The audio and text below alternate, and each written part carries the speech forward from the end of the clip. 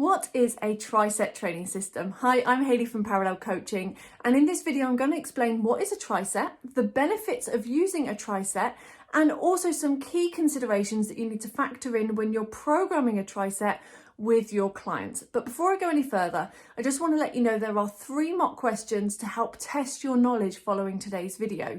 So if you're on our blog, you just scroll down and you will see the questions there.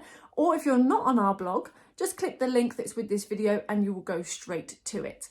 So first of all, what is a Triset? A Triset is a training system that's classed as being intermediate, which means that it's not a beginner, it's not directly for beginners, but it's for those that have kind of had a good level of training already. Now, this Triset training system is, like the name suggests, tri, meaning 3 exercises back to back without any rest in between.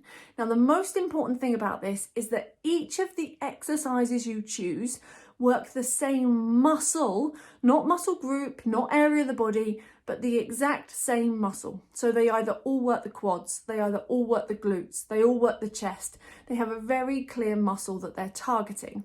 Now, most importantly as well, each of these exercises will then go to overload to the number of repetitions that are relevant for the client's goal. So if your client's doing endurance, they would probably do, say, 12 or 15 repetitions on each of those exercises.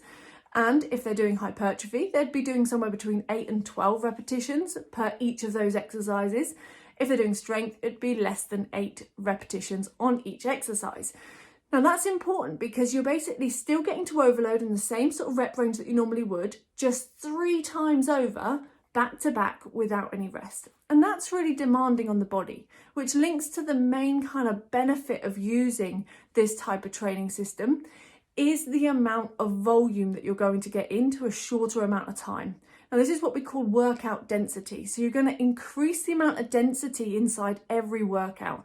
So rather than your client sitting around for the rest in between, they're now working in those rests and they've only got 1 rest at the end of the set. Now that instantly means that there is more density in that workout. And that's going to be really appropriate for helping your client have more volume overall and therefore achieve greater gains in terms of their hypertrophy that they might be after or strength gains.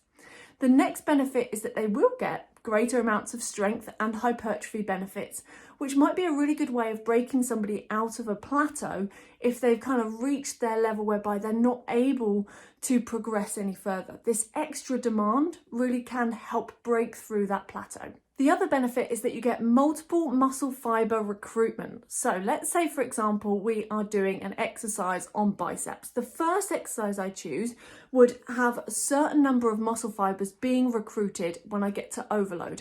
And they're in a certain angle based on the bicep curl that I'm choosing to do.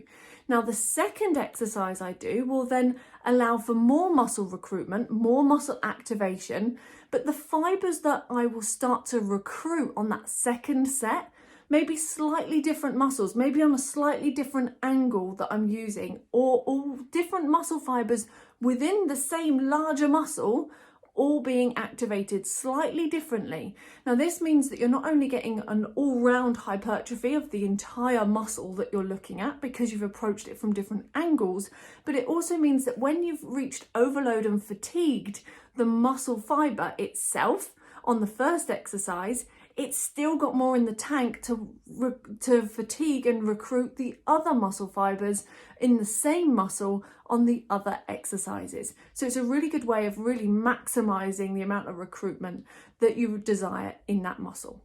So they're the benefits. So now let's have a look at an example of a Triset so that you can think about how you'd plan this.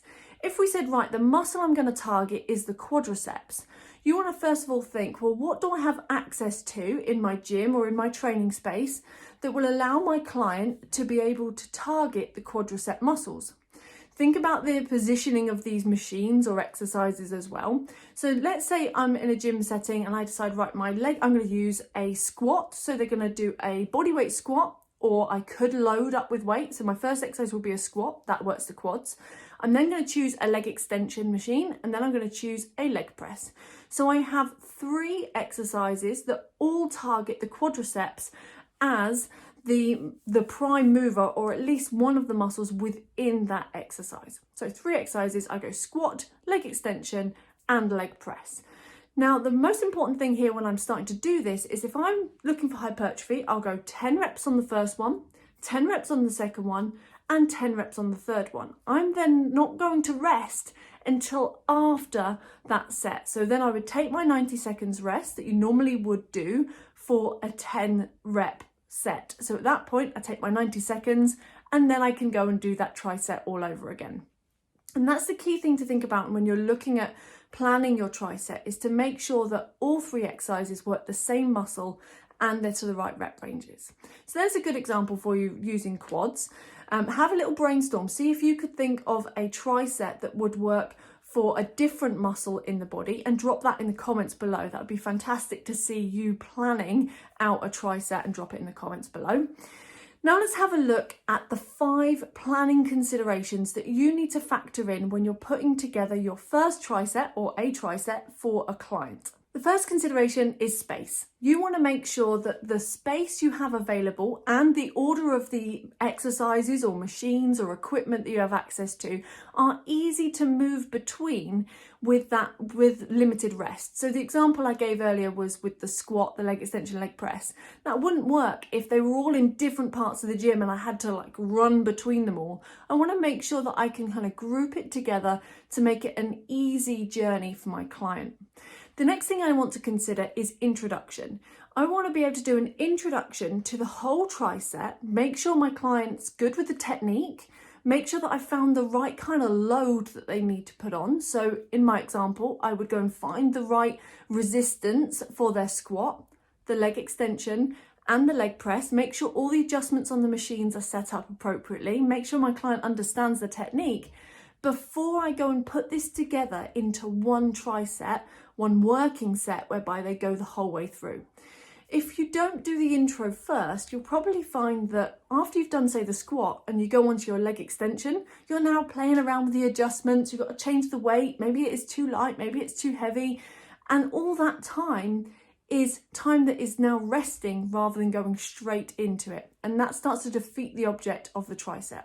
So remove the rest in between by doing a very good introduction and sort of understanding what weights and adjustments are needed beforehand. The third consideration is to think about the order of the exercises you're choosing. So you might use the most technical exercise first, going down to the least technical exercise last. Now, the reason for that is that you're essentially recruiting and using your core muscles, and using that muscle in particular, you're more likely to fail and posturally fail on the last couple of exercises. So you want to get the higher risk ones or the higher technical demand ones done first, which is why in my example I put the squat first whilst my core's fresh, whilst I'm least likely to get injured on things like the leg extension and the leg press later on.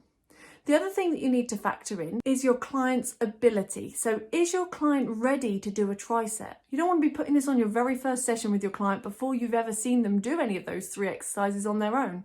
So factor it in across the whole periodization. And then the final consideration, I've mentioned this already, but make sure that it is on the same muscle, not the area of the body and not muscle group, but the same muscle. So you're looking at just the quadriceps, for example, on all 3 exercises. And they're the 5 considerations that you need to put in place when you're planning your tricep with your client.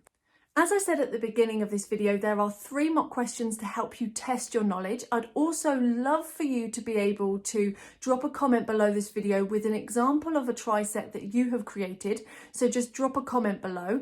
Fill in the mock questions so that you can check your knowledge on what we've spoken about today. And if you want to know about more training systems, check the link at the end of this video. You'll see an icon that basically has a video thumbnail. That video thumbnail will take you on to understand more about the superset training system, which is a great prerequisite before going on to doing a tricep. That brings us to the end of today. Thank you so much for joining me, and I look forward to seeing you on our next video. Take care.